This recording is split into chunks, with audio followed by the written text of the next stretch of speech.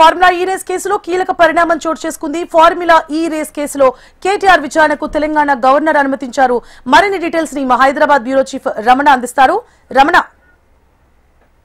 నగరంలో చాలా గ్రాండ్ గా నిర్వహించినటువంటి ఈ ఫార్ములా కార్ రేస్ సంబంధించి అంటే చాలా వివాదాలు కొనసాగుతున్నాయి. అందులో ముఖ్యంగా కేటీఆర్ అప్పుడు మంత్రిగా ఉన్నారు, తిరుపతి శాఖ మంత్రిగా. ఆయన ఆధ్వర్యంలో జరిగినటువంటి ఈ పోటీలకు సంబంధించి పెద్ద ఎత్తున ఫ్రాడ్ జరిగిందన్నది ఏసీబీ ఆరోపణ.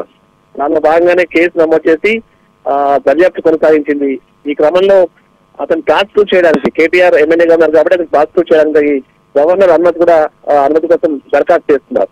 అప్పటి నుంచి అది పెండింగ్ లో ఉంది. అయితే తాజాగా గవర్నర్ అంటే కేటీఆర్ ప్రాసిక్యూషన్ ఓకే చెప్పడంతో ఇప్పుడు ఈ కేసు ఖచ్చితంగా తనను తీసుకుంటారని భావించాలి. చాలా కీలక మనపరంతకని భావించాల్సి ఉంది.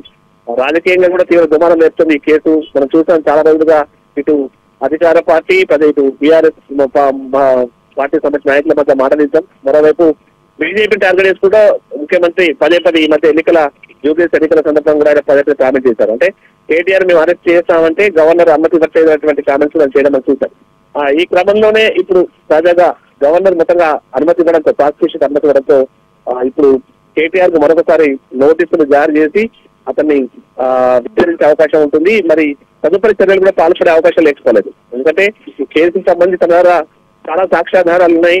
54 కోట్లకు పైగానే మొత్తం నిధులు గోలుమోలయ్యేటువంటి విషయాన్ని ఏసీబీ చెప్తోంది. ఆ తర్వాత కనీసం కేంద్ర మంత్రిమండలికి సంబంధించి అంటే మన మంత్రిమండలికి సంబంధించిన ఆమోదం లేకుండానే మొత్తం వ్యవహారం అంతా నడిపారు, ఏకపక్షంగా నిర్ణయాలు తీసుకున్నారు అనేటువంటి ఆరోపణ ఏసీబీ చేస్తుంది. ఈ క్రమంలో నెక్స్ట్ కేటీఆర్ ఏం చేయబోతున్నారు, ఆయన న్యాయపరంగా ఎలా ఎదుర్కోబోతారని మనం చూడాల్సి ఉంది. ఏదైనా వచ్చే 2-3 రోజుల్లో కీలక పరిణామాలు చోటు చేసుకోవడానికి అవకాశం ఉంటుంది.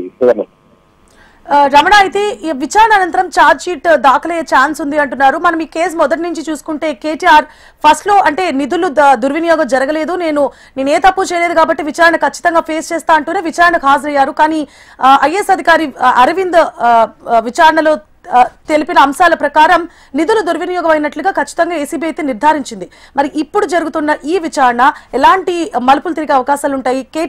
ప్రధానంగా కేటీఆర్ లీగల్ సెల్ ఎలా స్పందిస్తోంది? ఎట్లయితే ఐఏఎస్ అరవింద్ ను విచారించినప్పుడు ఆయన మంత్రి ఆదేశాల మేరకు తను నడుచుకున్నట్టు చెప్పారు.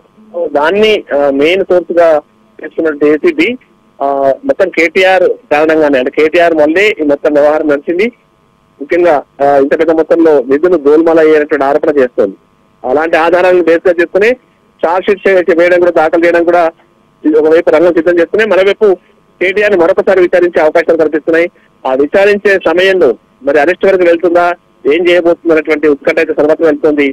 కేటీఆర్ అరెస్ట్ కూడా తప్పకపోవచ్చు అనేటువంటి ఈ మధ్య కొంతమంది నాయకులు, మంత్రులకు సంబంధించిన కామెంట్స్ మనం చూస్తూ వచ్చాం.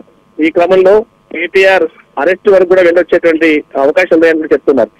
సో ఖచ్చితంగా తన న్యాయ నిపుణులతో తన టీం కు చర్చించి కేటీఆర్ కూడా మళ్ళీ ఒకసారి హైకోర్టును ఆశ్రయించే అవకాశాలు లేకపోలేదు. ప్రస్తుతం దానికి సంబంధించి చర్చలు కూడా కొనసాగుతున్నట్టుగా సమాచారం అయితే అందుతుంది. ఏదేమైనా అంటే నగరానికి నగర పరిస్థితిని పెంచేందుకే తాను అప్పుడు ఈ కార్ రేస్ సంబంధించిన కార్యక్రమాన్ని చాలా ఘనంగా నిర్వహించాం, ఎక్కడా కూడా నిధుల దుర్వినియోగం జరగలేదు, అన్ని పకడ్బందీగా చేశాం, అందరి సమక్షంలోనే చేశాం అనేటువంటి విషయాన్ని కేటీఆర్ పదే చెప్తూ వచ్చారు.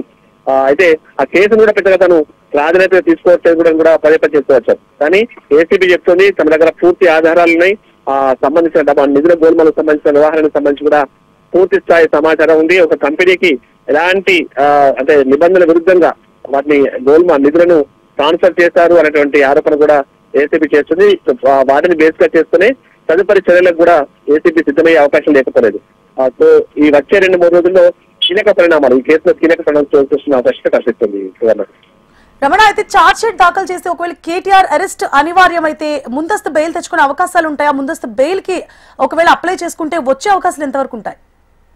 అంటే కేసు తీవ్రతను బట్టి రేపు అంటే ఏసీబీ ఎలాంటి ఆధారాలు చూపెట్టబోతుంది, ఏసీబీ బలమైన ఆధారాలు చూపెట్టి మిగతా వాటిని చేస్తే మాత్రం ముందస్తు బెయిల్ ఛాన్సెస్ ఉండవు.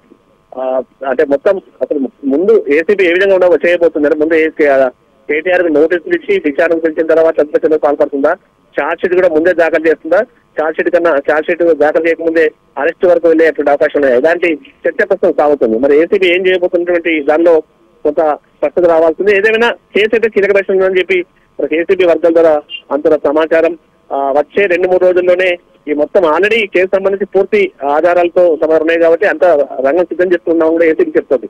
కేవలం గవర్నర్ అనుమతి కోసం మేము వెయిట్ చేస్తున్నాం కూడా ఏసీబీ వర్గాలు చెప్తూ వచ్చాయి. ఈ క్రమంలో ప్రస్తుతం గవర్నర్ అనుమతి కూడా ఓకే అయింది కాబట్టి ఇంకా ప్రాసిక్యూషన్ సంబంధించి వెళ్లే అవకాశం ఉన్న నేపథ్యంలో ఖచ్చితంగా తదుపరి చర్యలకు ఏసీపీ వెళ్లే అవకాశం అయితే కనిపిస్తోంది. దానిలో భాగంగానే ఈ 2-3 రోజుల్లో కీలక పరిణామాలైతే ఖచ్చితంగా చోటు చేసుకునే అవకాశం ఉంటుంది.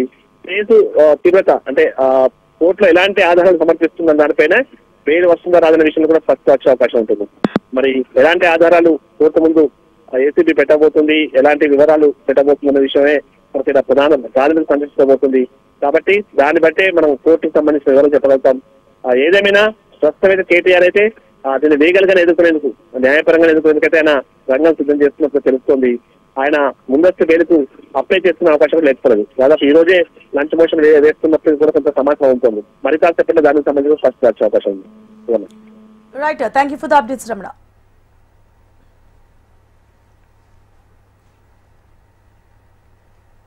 ఎస్, ఫార్ములా ఈ రేస్ కేసులో కీలక పరిణామం చోటు చేసుకుంది. ఫార్ములా ఈ రేస్ కేసులో కేటీఆర్ విచారణకు తెలంగాణ గవర్నర్ అనుమతించారు. ప్రజాప్రతినిధి కావడంతో కేటీఆర్ ను విచారించేందుకు అనుమతి కోరుతూ గవర్నర్ కు ఏసీబీ అధికారులు లేఖ రాశారు. ఈ నేపథ్యంలో కేటీఆర్ ను విచారించేందుకు గవర్నర్ గ్రీన్ సిగ్నల్ ఇచ్చారు. ఫార్ములా ఈ రేస్ లో లావాదేవీల విషయంలో కేటీఆర్ పై అభియోగాలున్నాయి. 54 కోట్ల రూపాయల నిధుల దుర్వినియోగం జరిగినట్లు ఆరోపణలపై విచారణకు గవర్నర్ అనుమతినిచ్చారు. ఈ విచారణ అనంతరం కేటీఆర్ పై ఛార్జ్ షీట్ దాఖలు చేసే ఛాన్స్ ఉన్నట్లు తెలుస్తోంది. ఇప్పటికే ఈ కేసులో 2 సార్లు ఏసీబీ, ఒకసారి ఈడీ విచారణకు హాజరయ్యారు కేటీఆర్. గత ఏడాది డిసెంబర్ 19న కేటీఆర్ పై ఏసీబీ కేసు నమోదు చేయగా సెప్టెంబర్ 9న గవర్నర్ కు లేఖ రాశారు ఏసీబీ అధికారులు. అయితే 70 రోజుల తర్వాత గవర్నర్ నుంచి కేటీఆర్ విచారణకు అనుమతి లభించింది. ఫార్ములా ఈ రేస్ కేసులో A1 గా కేటీఆర్ ఉండగా A2 గా అరవింద్ కుమార్ ఉన్నారు.